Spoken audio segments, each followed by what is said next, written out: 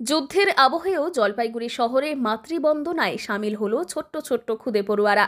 আজ রবিবাসরীয় সকালে শহরের সদর প্রাথমিক বালিকা বিদ্যালয়ে বিশ্ব মাতৃ দিবস পালন করা হয় ধুমধামের সঙ্গে। মাকে নিয়ে প্রবন্ধ লিখল তৃতীয় ও চতুর্থ শ্রেণীর ছাত্রীরা। অনুষ্ঠানে থাকা মায়েদের হাতে কার্ড তুলে দিয়ে মিষ্টি মুখ করায় ছোট্ট শিশুরা। অনুষ্ঠানে হাজির ছিলেন ডিপিএসসির চেয়ারম্যান লক্ষ্যমোহন রায়। আজকে একটা যুদ্ধ আবহের মধ্যেও এটা পালন হচ্ছে।